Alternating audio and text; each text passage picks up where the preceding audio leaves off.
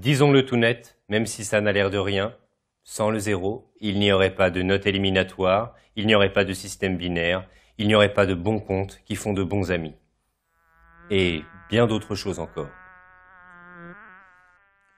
Le zéro a été inventé aux alentours du 5e siècle en Inde. On attribue sa première définition à Brahmagupta, qui vécut lui 2 siècles plus tard. Brahmagupta est astronome et poète. Dans son observatoire, l'œil collé contre le ciel, il fait des mathématiques en chansons. À cette époque, les Indiens écrivent les nombres comme on le fait généralement aujourd'hui.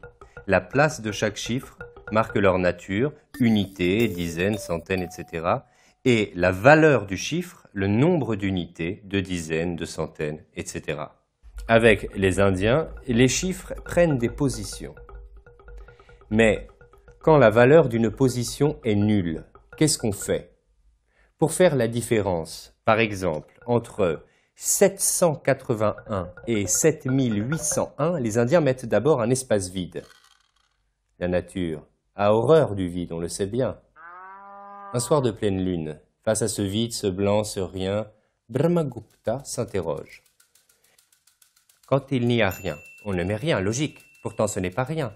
Il y a bien quelque chose, et ce quelque chose, justement, c'est rien. Ce rien montre qu'il n'y a pas de chose. Il faudrait trouver quelque chose pour représenter le fait qu'il n'y a pas de chose. Être qui vaudrait ne pas être.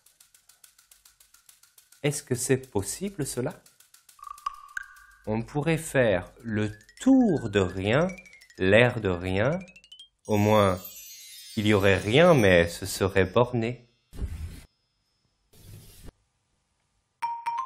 Voilà, le zéro est né. Brahmagupta définit le zéro comme la soustraction d'un nombre par lui-même. Ça vous semble évident? Eh bien justement, c'est génial parce que c'est très simple. 1 moins 1, 2 moins 2, et ainsi de suite parce que bon, on ne va pas vérifier tous les nombres.